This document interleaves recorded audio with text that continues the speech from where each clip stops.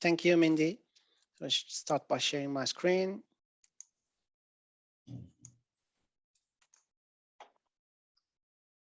Everyone, can you see my screen? Yes, we can. Yeah, thank you. So good evening, everyone. So thank you for attending this this webinar. So I just will be starting. Mindy did my introducing, but I would like to give you my own biography. So I have more than 15 years experience in IT management. I've been working mainly in France, and I work also for some companies in Luxembourg. And now I'm working in Canada. So I started my career as software developer. I mastered a lot of technologies, mainly in Microsoft technologies. And then I've moved from an architect to project manager to I did found a startup in France that was located in the biggest startup incubator in the world. That was the name Station F. I finally settled in Canada in 2 years ago as a director at La Rochelle Group Conseil. This is a firm with the core competencies in data analytics, software development, and management consulting. So right now, I'm just taking care of the management consulting and trying to give all my experience back to the companies that are the client of La Rochelle Group Conseil. I experienced the agile transformation with several big companies in France and Luxembourg and here in Canada. And I took the role mainly of a scrum master, a coach, and I also was involved as a change leader. I'm really very passionate about agile transformation, innovation, and I like really to like work with people and let them go from a fixed mindset to a growth mindset. So let's start with the context. I will just let you know that the 30 last minutes will be focused on question and answers. But I want to ask the question, what were the most important reasons, so top 10 for adopting Agile with your team or your organization? So this graph is taken from the 5th annual State of Agile report of last year. The recent one of this year is not there right now.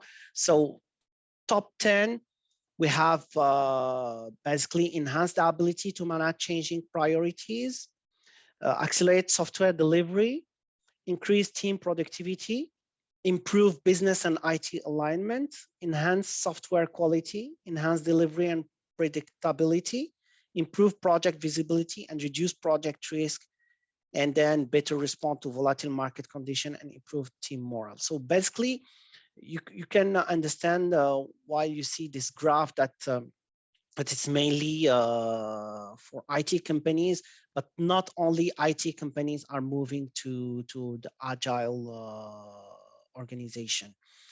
We have a lot of company in finance, in banking, even in healthcare. When they want to have their mindset management changing, so they just go to agile and they try to have the most important reason for them is that top 10 reasons. So what does the theory looks like? I want to really let you understand that regardless of the framework that you're using in your company, the theory, I tried just to compile all what the framework are saying. So mainly you start here. So the first thing that the theory said is that you reach the tipping point. So the need to change, is it an urgency or a vision? The main thing by saying, is it an urgency or a vision? I will just go in details after. But it's for example, you have your teams that are not working with the good way to work. You have problems with your role and your responsibilities, or just is main. The second option is a main of vision. So do you have your company is setting a new vision to be more more efficient on the market, or having their business goals set up within the market movement. Second phase is train agile change agents. So have a coalition of coaches. This is what the theory said. So after you reaching the typing point, then you go to train agile change agents.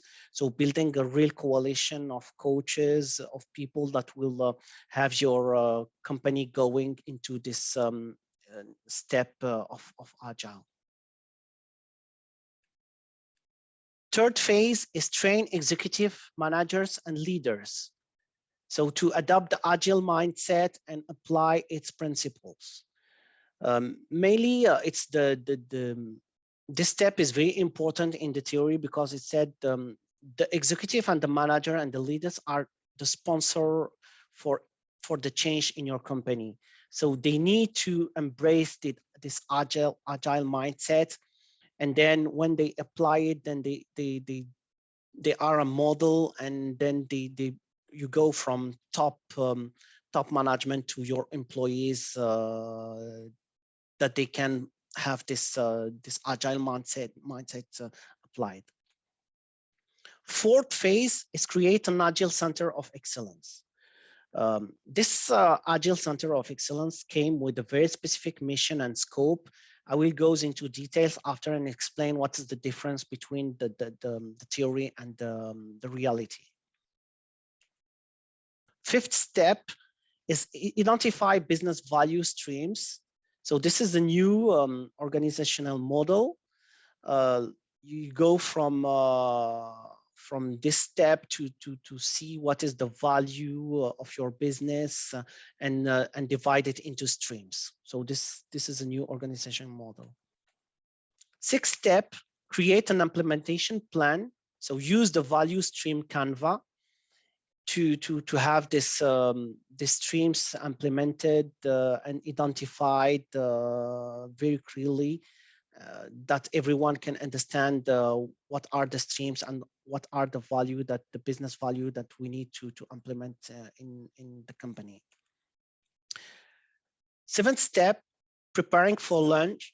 So getting the program backlog, and this is a step that everyone need to have this. The company need to build a program backlog that shows what are the requirements of the company, and then set up this requirement that it goes into the teams, and they can implement those requirements. Eighth step is coach the execution, so master roles and events. So we're speaking about all the ceremonies and all the roles, including the Scrum Master, the product owners, the Agile team members, and all the ceremonies that it comes with the Agile methodology. The ninth step is continuous improvement. So it's Agile self-assessment.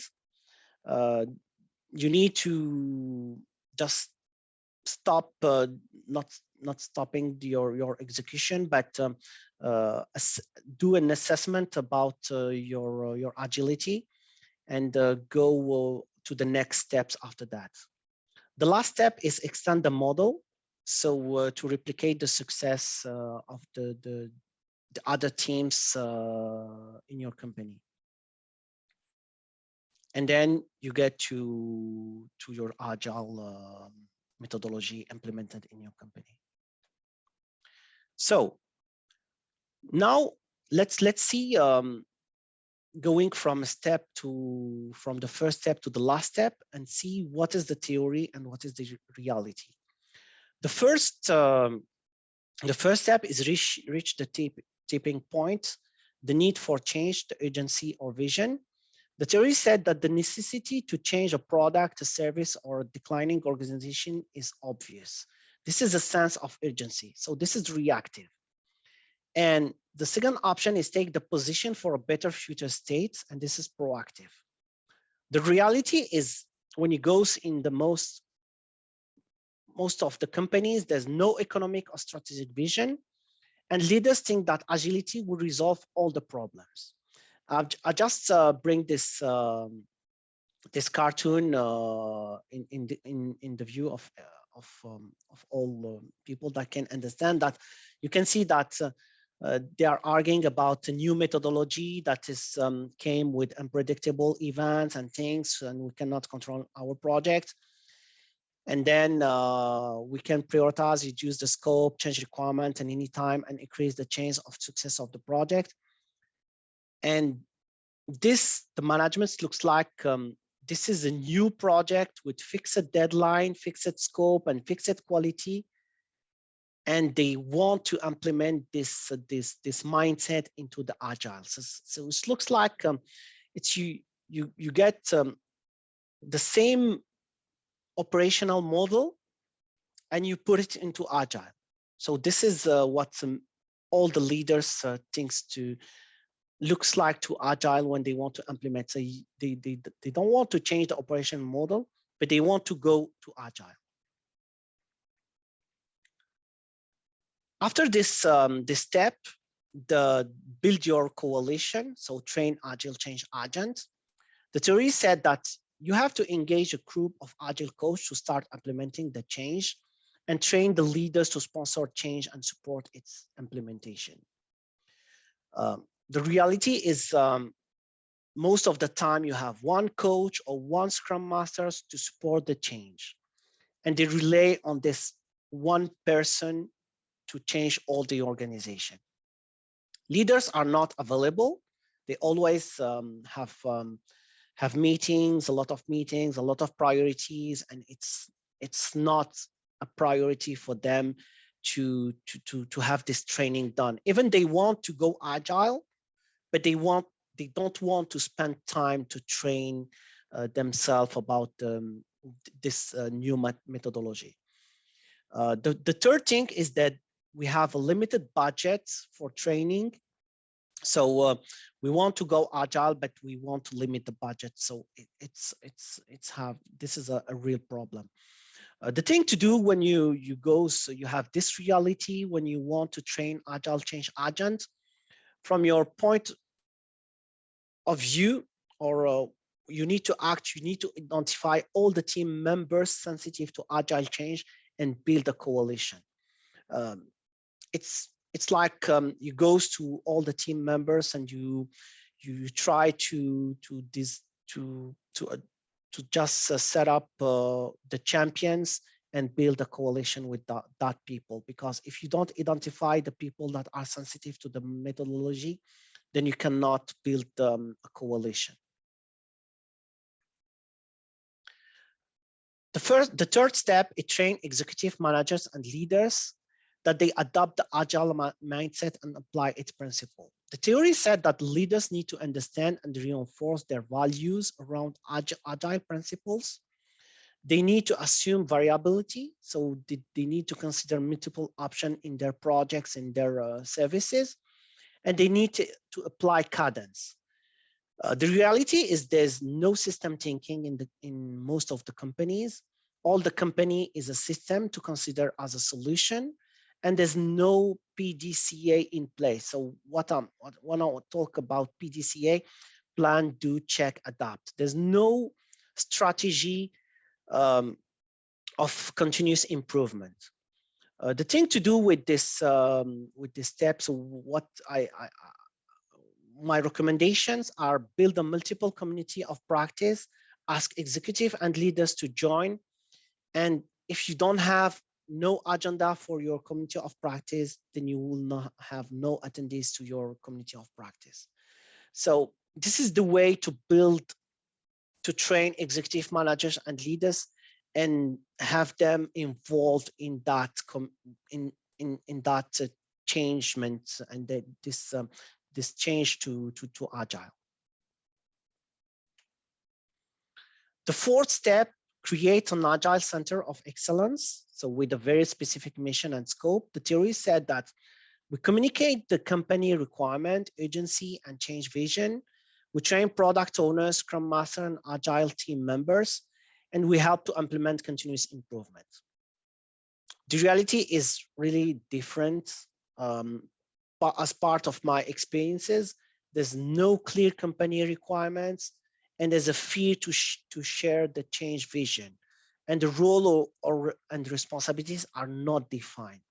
When you start in a company, you can see project manager, you can see that you have PCU, project management office, and they don't know how to go agile. Even they need to change their mindset. They need to change.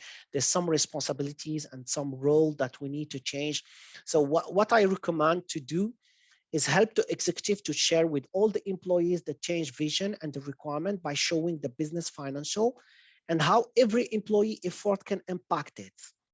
So as part I've seen before, this is a very good practice. Every employee need to understand how their effort can impact the financials of the company. So when they understand every effort that they are making or in the company or projects is affecting directly the numbers, then they feel more implicated in the business. Also, I recommend to use the strategy of reskilling and upskilling. So this is a matter of role and responsibilities when they are not defined. One example, you take a project manager and a new agile organization, the best option for a project management is maybe turning to a Scrum Master. So how we do the reskilling or the upskilling, it depends on the strategy. And you need to have all the resource, the human resource that give you the power to upskill and reskill people, to identify what are their point of what are the skills, how we turn their skills from a project manager skill to a Scrum Master skills.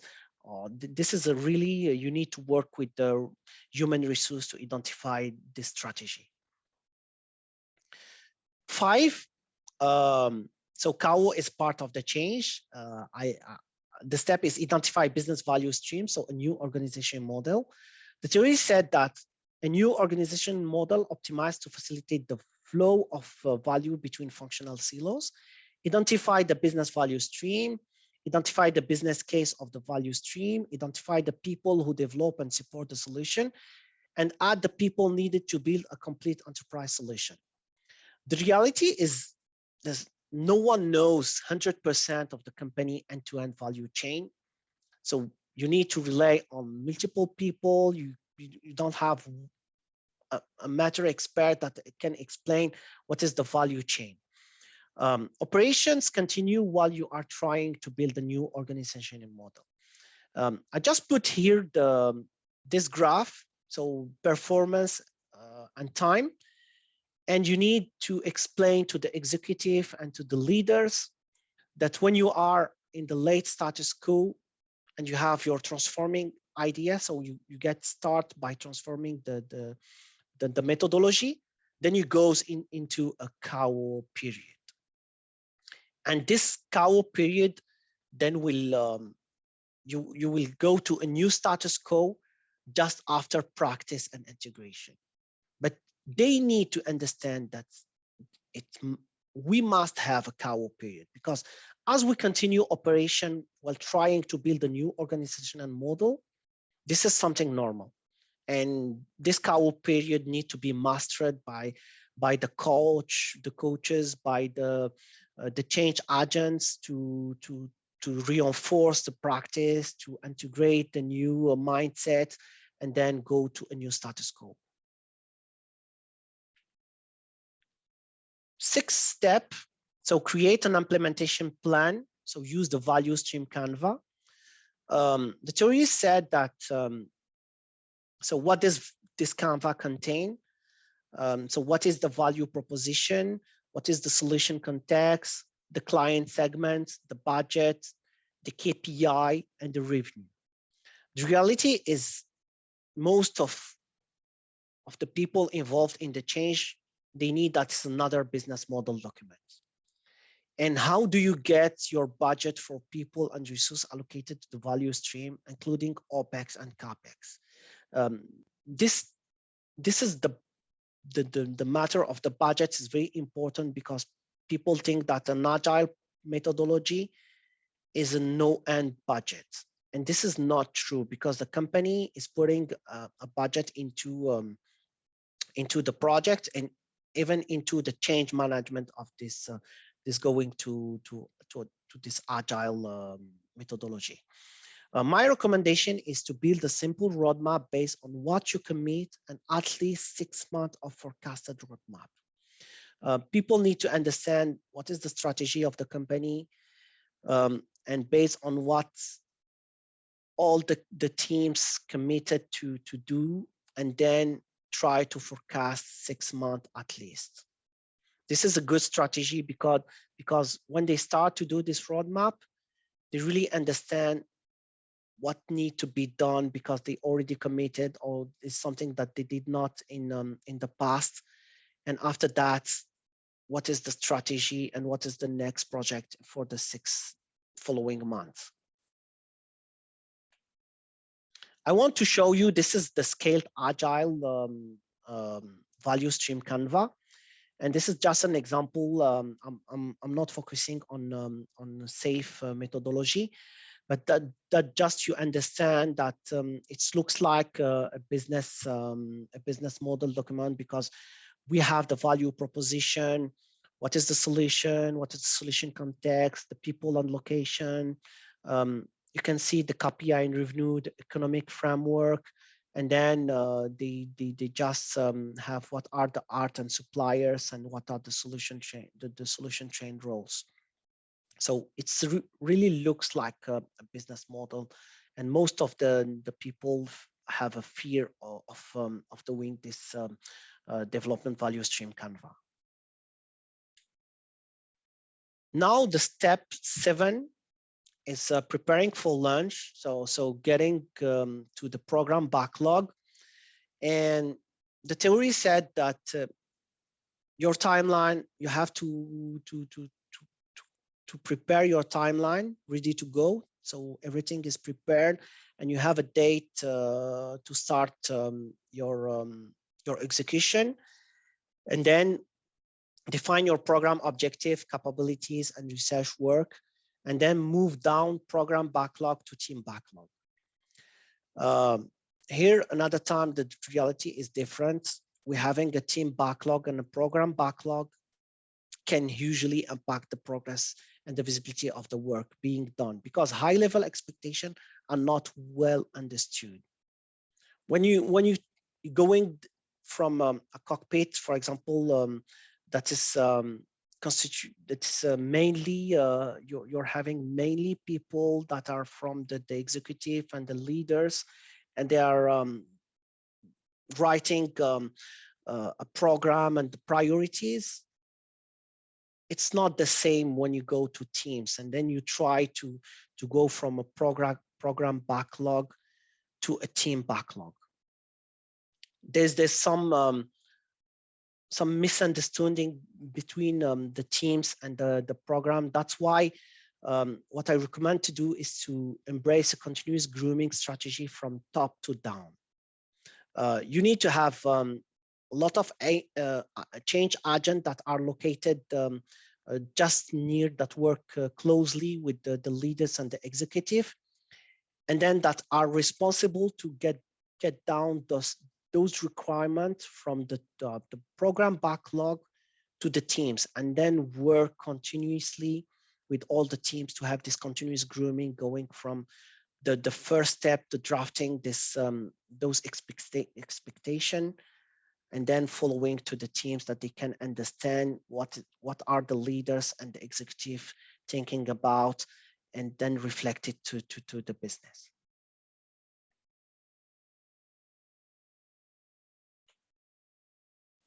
And now to see to just see the three last points of my presentation. Coach the execution, master role and events, continuous improvement, agile self-assessment, and extend the model. So replicate the success. Is just to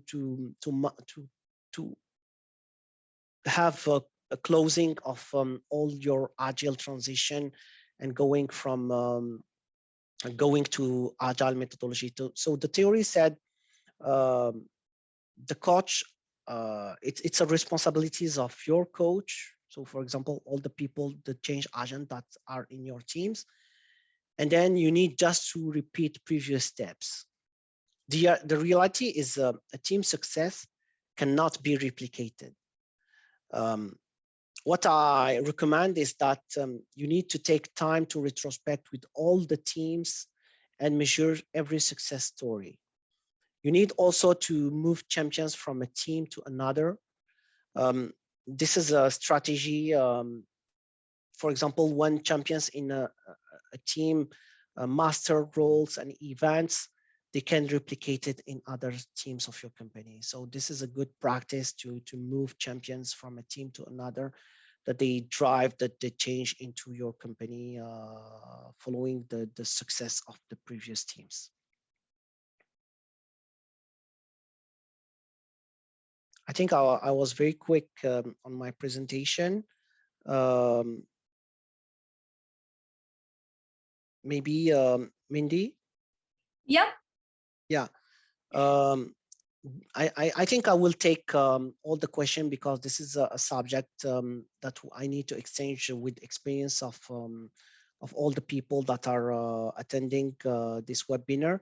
So maybe it's time to take the question, and then I can back to all the steps that can all the attendees can ask question about my presentation. Yep. Okay.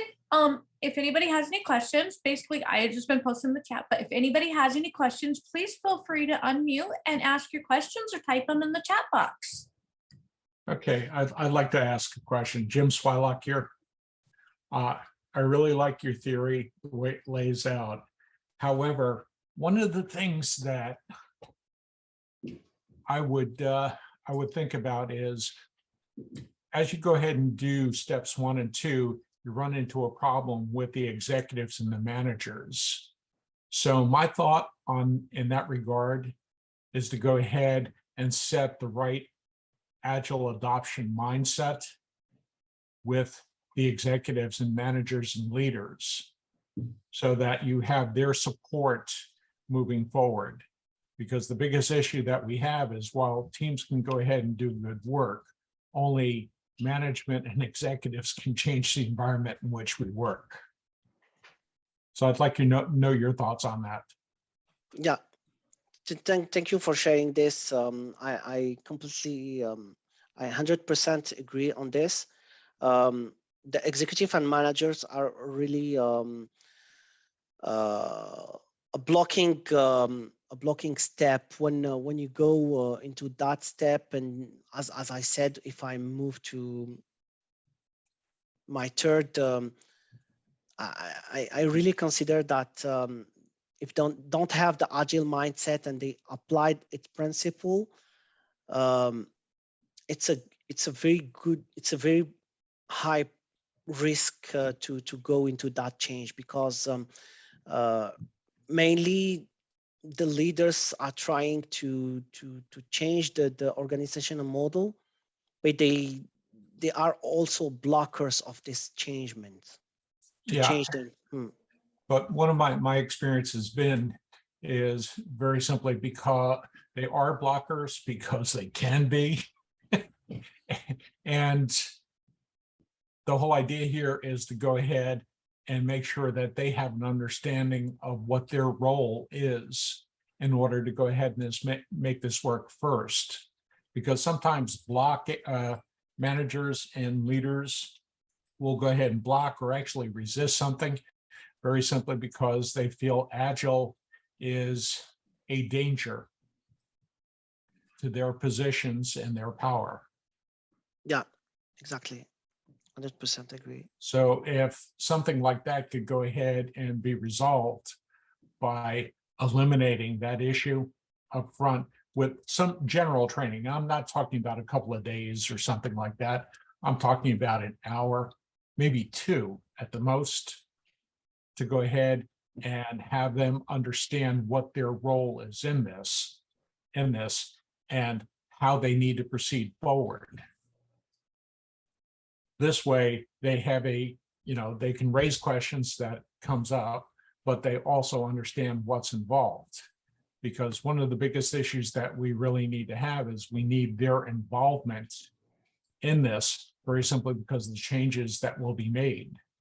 And that in addition to, your normal teams, one of the things there's going to need to be is a leadership agile team. And it's going to have to come from all the quadrants, to and including HR, for instance. Exactly. Finance. And so if stuff like that is laid out in advance, I would think we might stand a better chance of getting through the other parts if they're on board with it to begin with. If they aren't, what obstacles you're facing. Because one of the things I'm seeing a lot of is agile for show, safe for show. It's just for show. It's not real.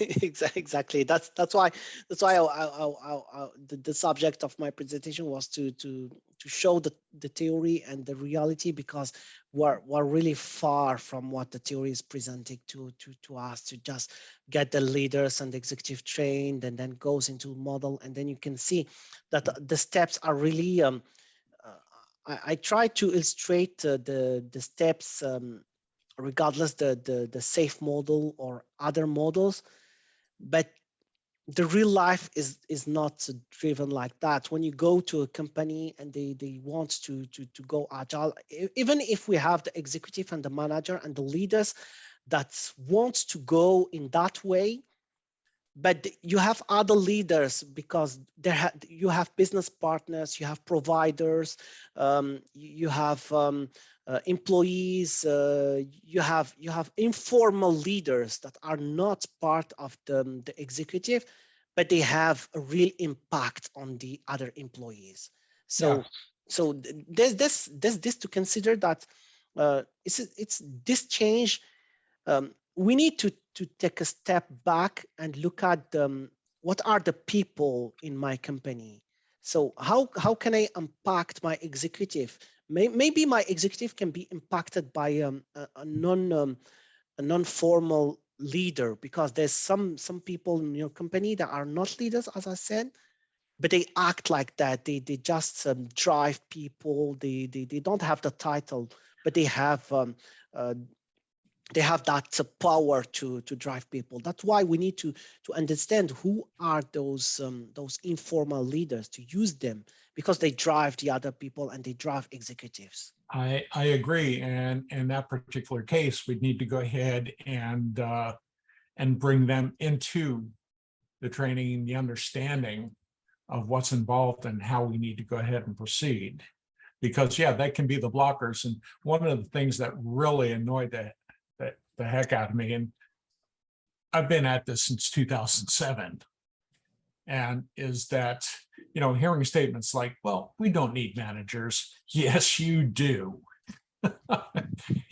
You may not understand it, but the bottom line is they're the ones that can change the environment that will allow you to succeed. And the biggest fear that I've seen, and I've personally seen it on a number of projects, is where they're resistant to doing this because they feel it's a threat to their position, that they won't have a job. Exactly. And the important thing is to go ahead and lay out exactly what is your job in this new environment. If we're going to change the way of working, how does it affect you, and how do you need to change your way of working? Exactly. Yep.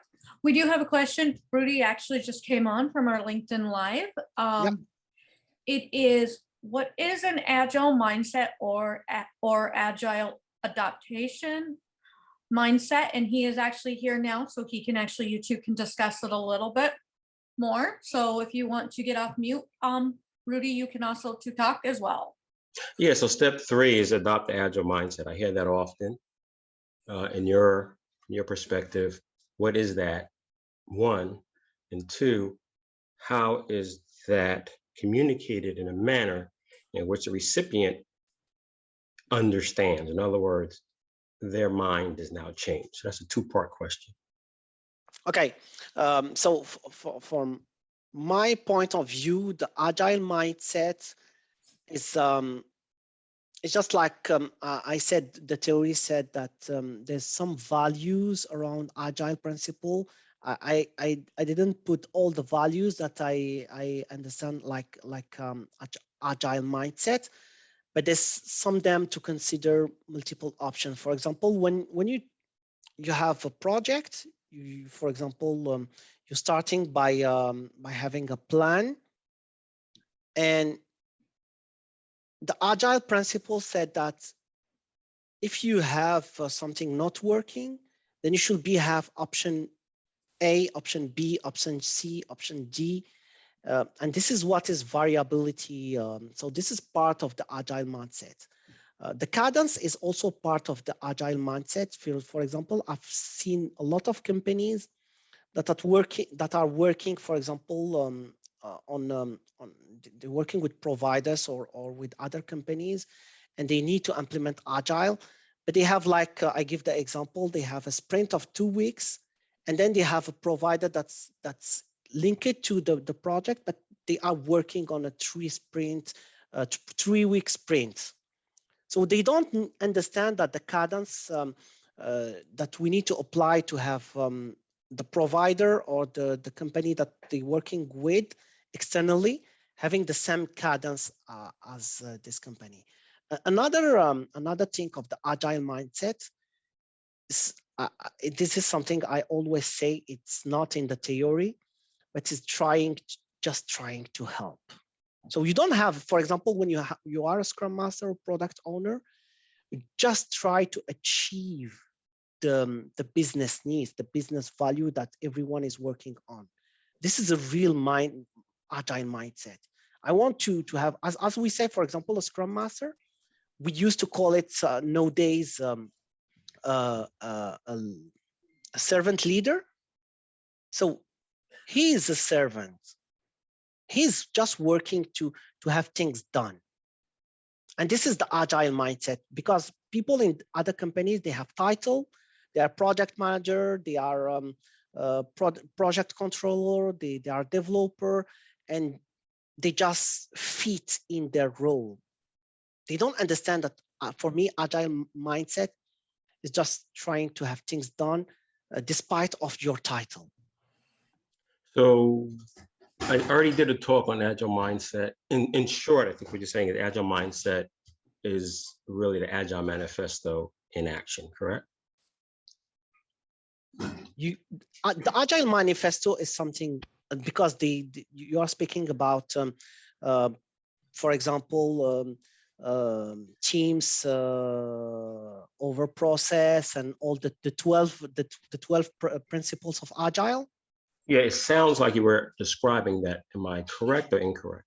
Yeah, correct. But it's not only that that I'm speaking about. It's not the 12 that Agile Manifesto, because when you look into the companies, most of them, they don't care about this Agile Manifesto. They put it, just print it on the wall, and then everyone can see what is the Agile Manifesto. But it's not the truth. What we're trying to see for me, the Agile Mindset is taking all the options to achieve your goals. Okay. So let me interject. I think it's the third portion that you put down that is a serious disconnect between management and, let's say, teams, for lack of a better term, and the lack of a clear definition of an agile mindset. I already did a talk here on the agile mindset, and the Agile Manifesto does not qualify as a definition, therefore it cannot be the Agile mindset. Some kind of description, but it's not a definition, doesn't meet the criteria of a definition. So with the lack of the ability to define something, people can't learn it if the target is always moving or the target is unclear. And without a definition, you really don't know what Agile mindset is. And to be honest, people don't even know what Agile is because we use so many different ways, so many different contexts. If I say Agile, you say Agile, we can mean two different things because it can be applied in different contexts. So management who are not Agilists because they have a job are now at a loss, right? They really can't put their finger on what Agile is because it could be a mindset, it could be a methodology, it could be a framework, it could be a whole bunch of different things depending on what context we use it. And then you say Agile mindset. Now you already have Agile, which is not clearly defined. When people speak, they just use the term generically. Then you have an Agile mindset that doesn't have a definition. Now management is lost. So from your step 3 forward, it's not going to work if we can't get those things. If we can't get different areas of the business speaking the same language, it can't work. So that's why it's critical that when we speak, we're the professionals, we have to be able to define distinctly what each term actually means, so an individual who has less experience than us can understand what we mean at any given time. I think as Agile professionals, we fail to do that, use terms very generically, we don't define things very well, and then we turn around and go, well, what's wrong with management? To be clear, there's nothing wrong with management. It's a saying, if a student can't learn, there's nothing wrong with the student, there's something wrong with the teacher. That's us.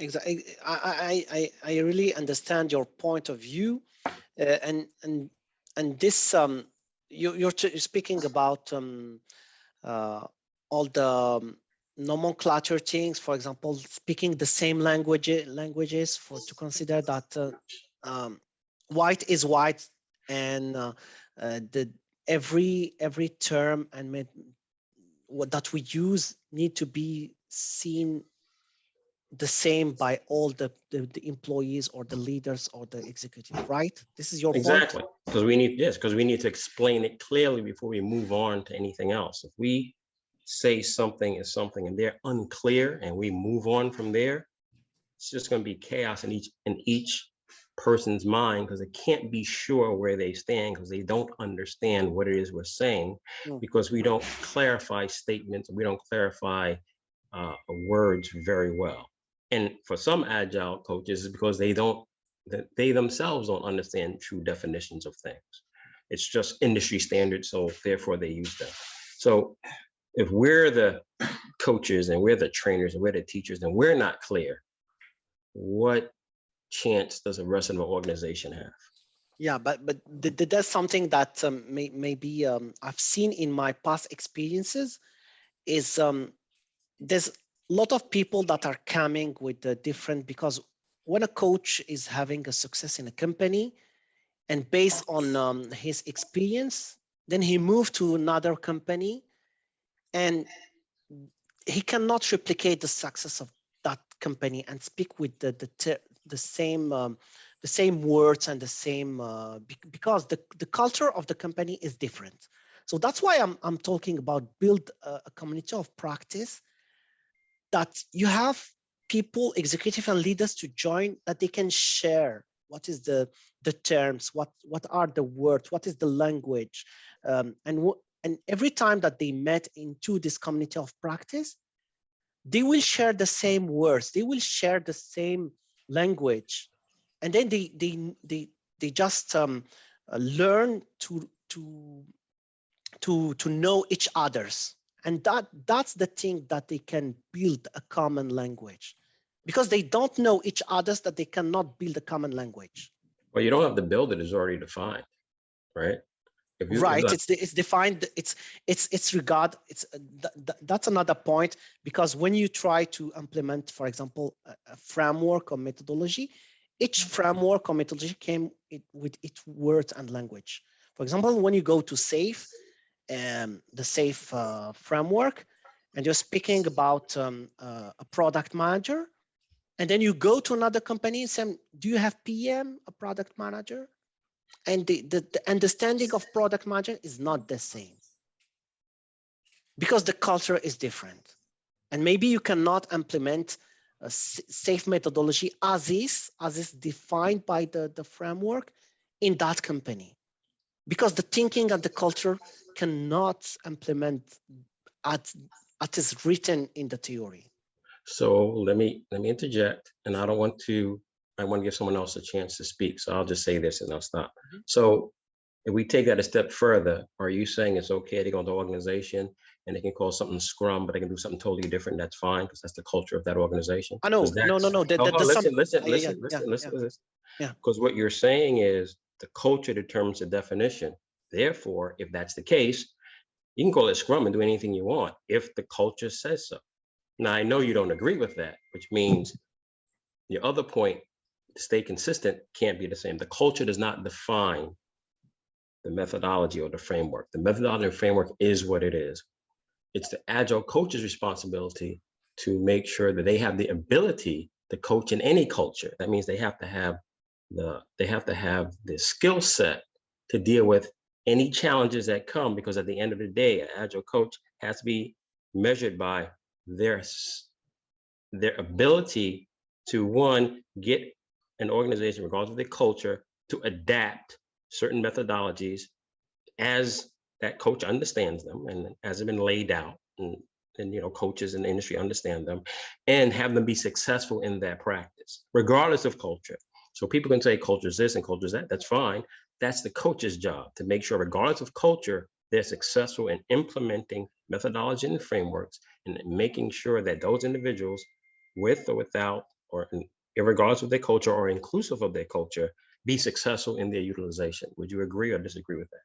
I agree. The basics, what I was wanting to say, that the basics of the methodology and the terms, and all the people need to have the same basics. But there's some point of view when you go to some companies, you cannot implement the methodology 100% as it's written by the book. It's impossible. That's an extreme. I didn't say by the book. I said they have the definition has to be the same. Now you can define something. They say, well, I don't want to use that. At least they know what they're saying they don't want to use because it's not applicable. That's fine. But they have to know what it is. So we talk the same language. If they say, well, I don't want to use Kanban, but they don't know what Kanban is, they can be throwing away a useful tool.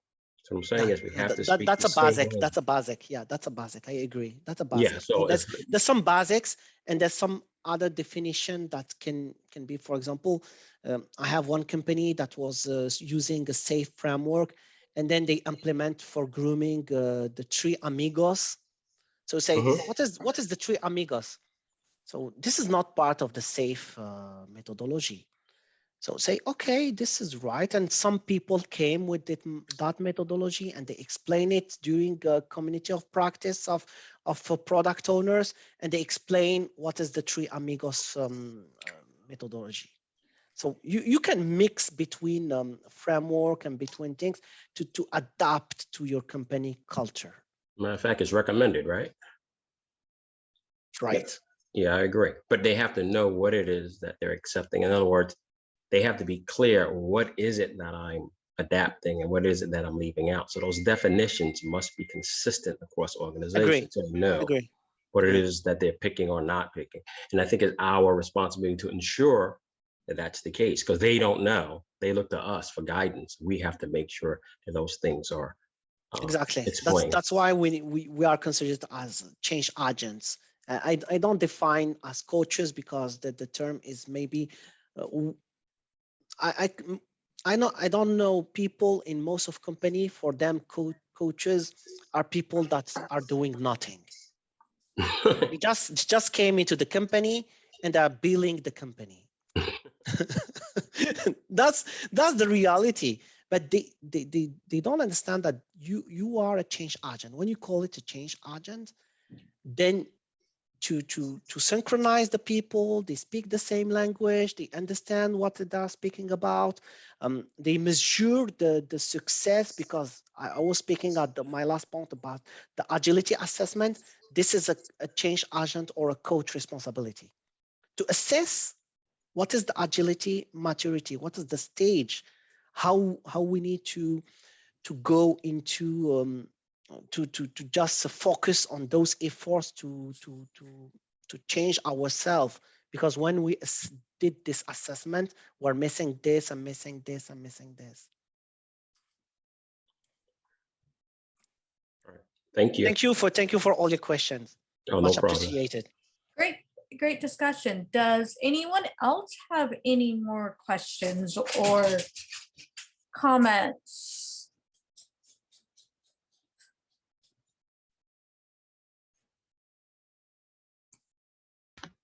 So I guess I wasn't taking up anyone else's time, I guess.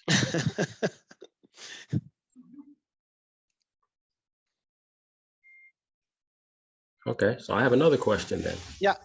What metric would you use? Okay. Yeah. Management does the hiring. Management is asking for things. What metric would you recommend management to use in order to measure all the that? metrics? No. Yeah. Metrics they would use to measure ROI, return on investment. How would they know? How can they calculate return on their agile investment? What metric would they use? It depends on the company. For me, I recommend to use there's not one metrics that they need to use to see how the agility impacts their business or their company.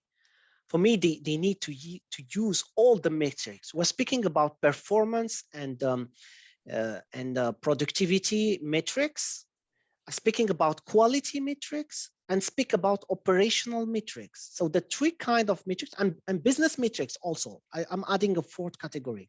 So first of all, you're trying to measure how involved the velocity of your teams. So this is the performance and productivity, to say, what is the capacity of my team? How I turn my capacity into velocity.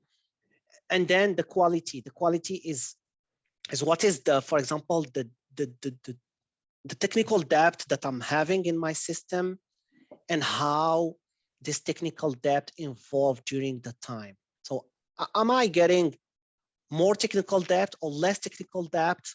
So is my system getting more quality because I'm resolving all the technical depth, or then when evolving into this change, agility change, then I get more technical depth, and then I'm reducing the quality of my products.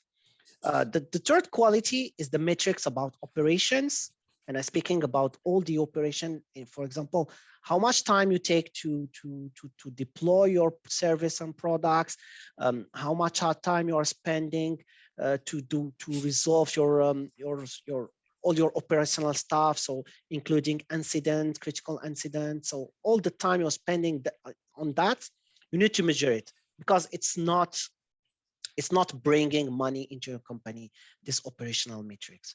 It just you want to maintain the business in your company.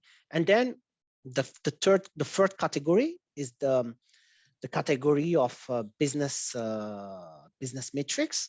So going from, for example, I'm speaking about sprint, because going from a sprint to a sprint, how much business value are you adding? Is it really a business value? How you measure this business value? And this comes for return on investment. For example, the lifetime value. I'm speaking about the lifetime value. For example, how much you take to have a new service in your company, or new users that you're putting in your system, and how much time that users are staying in your system or your service from day 0 to all the cycle. So then this is the value, the lifetime value. So I recommend this for all the product manager, to try to understand what is the lifetime value of your users. And I recommend to use all the metrics. There's no one metrics. Is it the same for you? Do you have the same point of view? It depends where you are in the organization. The higher up you are in the organization, say management-wise, some metrics were way heavier than others. So all those metrics are important. Let's say if I'm on senior management, I could care less what happens on the team level. I care about their output. Are they meeting the outcomes that I want? And therefore I can now measure return on investment. Now I understand lower in the organization, others will be concerned about other metrics. They all lead up to that one big metric. So those things are important to measure. But if I'm a senior manager, I'm like, all right, I invested all this money. Where's my returns? I need to find a metric, and that lifetime metric can help in that. So they can say, okay, from a 1,000-foot view, hey, Agile seems good to me because I see improvement where I didn't see improvement before. Now, if you ask me the details of that, I don't know. I'm a senior manager. I'm not that close. Ask the guys below me. Then the guys below will break out those other metrics and show why those things are the way they are. So as long as each level organization has a way to communicate, and in this way I say communicate, to communicate information about what's going on. So there's metrics they can look at, so they can gauge where we are at any given time. And then with that information, make adjustments, make informed decisions, then you're doing really well. It's when individuals don't know what's going on or information doesn't translate correctly to another level, that's when you have chaos in the organization and people are kind of upset. And what we don't want is people to get upset with Agile, because that puts our careers at risk. So we want to keep them as happy as possible. I really like your point of view. You remind me that when the executive and leaders ask for metrics, then they ask for all the metrics. And then what you said is very true, because they're looking for one or two, but they don't communicate the one of two. You have to provide all the metrics, and then you do a breakdown after they can understand if they won't go deeper.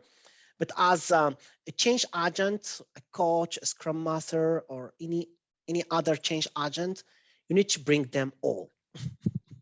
That's our job. Have them all available. Make them all available that they can understand. For example, in my previous experience, they did not understand the difference between the capacity and the velocity. Mm-hmm. For example, when I give you an example, a very quick example, they take they have a team of 3 members. I take that to simplify. For example, a technical leader. They have a very technical leader, very senior, a junior technical leader, and then a senior technical leader, but he's new in the company.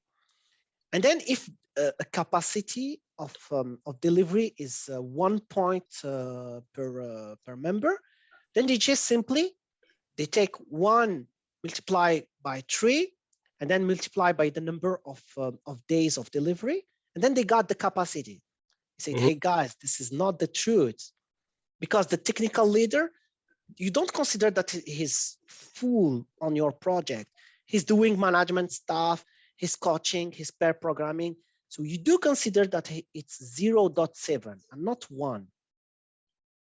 So you take this assumption, and then for the junior, take the assumption it's not 1 because he don't know the scope, he don't know the product, he's junior. So you take the assumption it's like 0.5 on 1, and then for the senior is maybe the same as the junior because he's senior, but he don't know the scope, he don't know the company.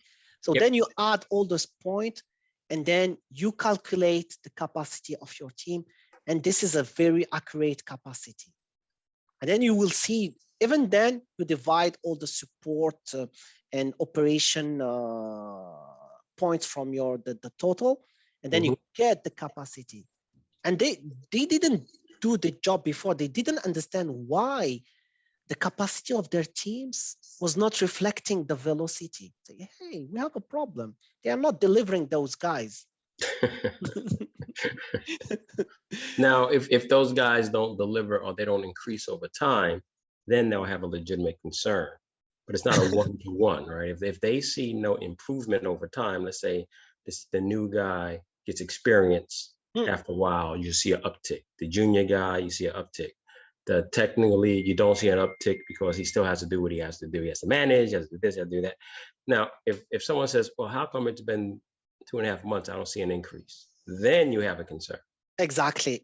But the Prior capacity. to that, it's Exactly. premature to say there's a problem. Yeah, excellent point. Exactly, because this capacity is not the same. You cannot keep this capacity during months and months. It evolves. Right, So a right. very good point.